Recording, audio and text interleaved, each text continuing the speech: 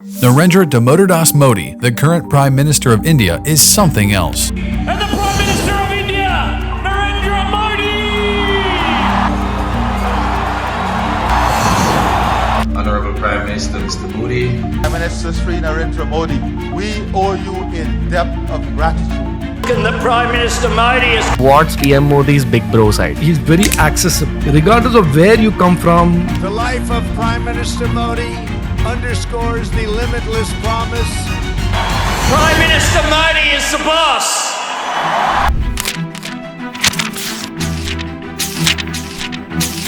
Ever since he took oath as the Prime Minister in 2014, his government, the Bharatiya Janata Party, has been on a roll. In 2014, the BJP won by a majority of 282 out of a total 543 seats in the Lok Sabha, the lower house of the parliament. Then, in 2019, Modi outdid himself by winning 303 out of the total 543 seats and came back to power with an overwhelming majority. This is the BJP's second term. Modi's popularity and charisma knows no bounds, but it is no longer limited only to his 1.4 billion countrymen. At the moment, he is the world's most popular leader with an approval rating of 77%. He has outperformed all other major world leaders including US President Joe Biden, French President Emmanuel Macron, Italian Prime Minister Giorgia Meloni, and UK Prime Minister Rishi Sunak. He has retained the top spot for more than 2 years now. Even his lowest approval ratings were 63% in May 2021, that too when India was rocked by the second COVID wave. His social media handles not only describe his popularity, but also his growing influence. 94 million followers on Twitter, 83 million on Instagram, and 20 million on YouTube. No other world leader comes close. What's even more surprising is that he is cherished even in countries which might not have the best relations with India. Even though Indo-China relations are going through tough times, the internet's admiration for Modi tells a completely different story. In Chinese social media circles, he has earned an unusual nickname for himself. They call him Modi Loashan. The word Loashan translates to an elderly immortal with some weird abilities. In the streets of Pakistan, people are even seeking Modi's leadership, especially now when the country is going through a crisis. When a country with a not-so-friendly history begins to seek its neighbor's leadership, it begs the question, what is so special about Modi that people all around the world today see him as a great leader?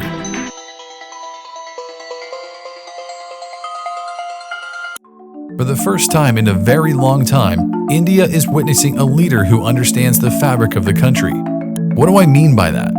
See, India is not just any country in the world. It's a civilization older than 5,000 years with so much diversity in region, religion, language, attire, culture, traditions that Indians themselves are not familiar with.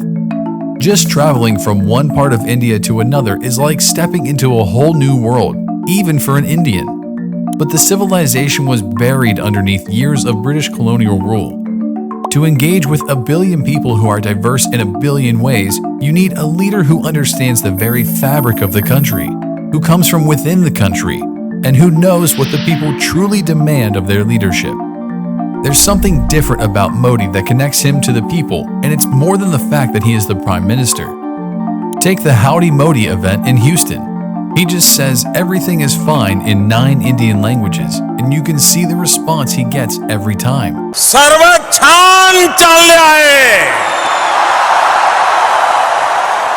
Modi realized early on that the 18 million Indians living abroad, which form the world's largest diaspora, can be a strategic asset in projecting India's image among the international community. He tapped into the Indian diaspora, rekindling their connection with India. The support of the Indian diaspora abroad was also seen as an international stamp of approval amongst people back in India. Another such instance can be seen from his speeches at international forums, where he often makes it a point to speak in Hindi, in Indian language, as opposed to English, thereby sending a strong message to nations that India has shed the baggage of colonialism and embraced Bharat's cultural heritage. Just like his BJP predecessor, statesman and former Indian Prime Minister Atal Bihari Vajpayee, Modi is a master orator. Oration is a very important skill for a leader, but it does not mean addressing an election rally, or giving a speech, or engaging in a discourse. There's a bit of everything in it. The performance, addressing the crowd, knowing the pauses, the punchlines, the theatrics. He has got every tool that makes him a powerful orator. But his biggest trump card in Modi's arsenal of oration is his power to sway the hearts of billions of people across the world. The way he reaches out to people makes the media look almost irrelevant, which is something to say considering the fact that it's referred to as the fourth pillar of democracy. It is a known fact that Modi doesn't like the press, and hence hasn't given a lot of interviews. But with his skills and capabilities, he doesn't really need the press or any other interlocutor to address his people. After becoming the Prime Minister, he came up with his own radio show called Mann Ki Baat, which means speaking from the heart. It is his way of addressing the nation. Every month, he interacts with the people on important subjects and issues, narrates stories of ordinary people living extraordinary lives, and celebrates the nation's achievements on air. Notably, on Mann Ki Baat, he avoids any political stuff, thereby addressing the people as a leader and not as a politician. Even though politicians might not be the most loved people in the world, people still look for the most human qualities in their leaders, how they carry themselves, how they treat others. The smallest of things become a measure of what's truly inside a person's heart. Come on, man.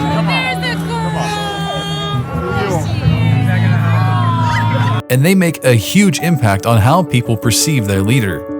In September 2019, a video of Modi went viral.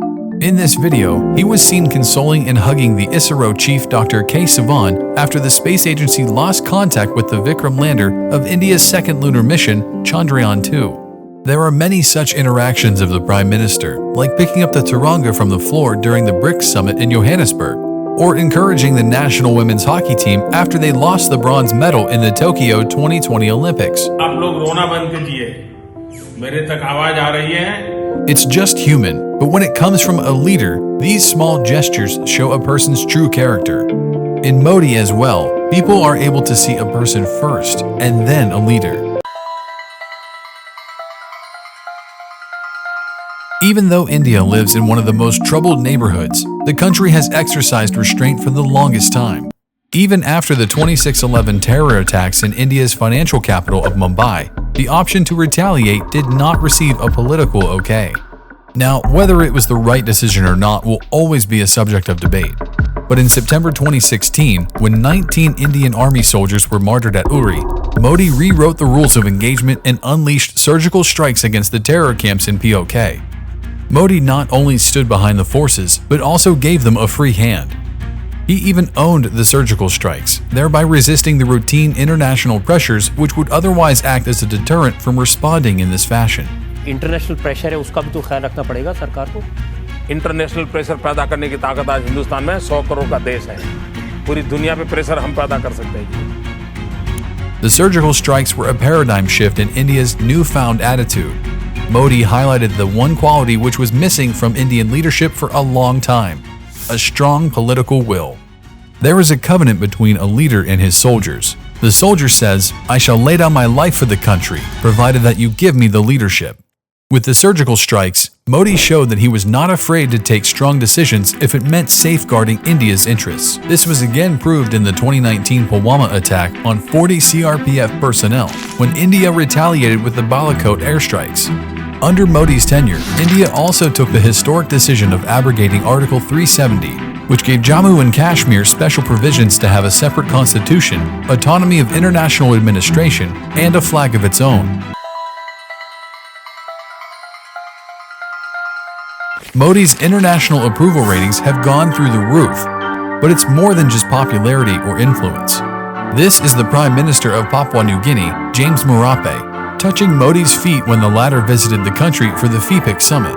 In Indian traditions, this is known as Charan Sparsh, where you touch the feet of your elders as a way of seeking their blessings. So it's more than just popularity or influence, it's respect. Modi has become the voice of not just India and the global south, but also of those nations who have ambitions of being heard, yet lack the means to do so. Furthermore, his diplomatic prowess has helped him build relations all around the world. On 13th of July 2023, Modi was conferred with the highest honor of France, the Grand Cross of the Legion of Honor, by French President Emmanuel Macron. He has also received the Order of Nile from Egypt, along with 12 other such state honors from countries like Saudi Arabia, Russia, South Korea, Maldives, and Bhutan. Italian Prime Minister Giorgia Meloni took it one step further by calling him the most loved leader in the world. But it was the Australian Prime Minister Anthony Albanese who topped it all by saying something you'll rarely hear a world leader say.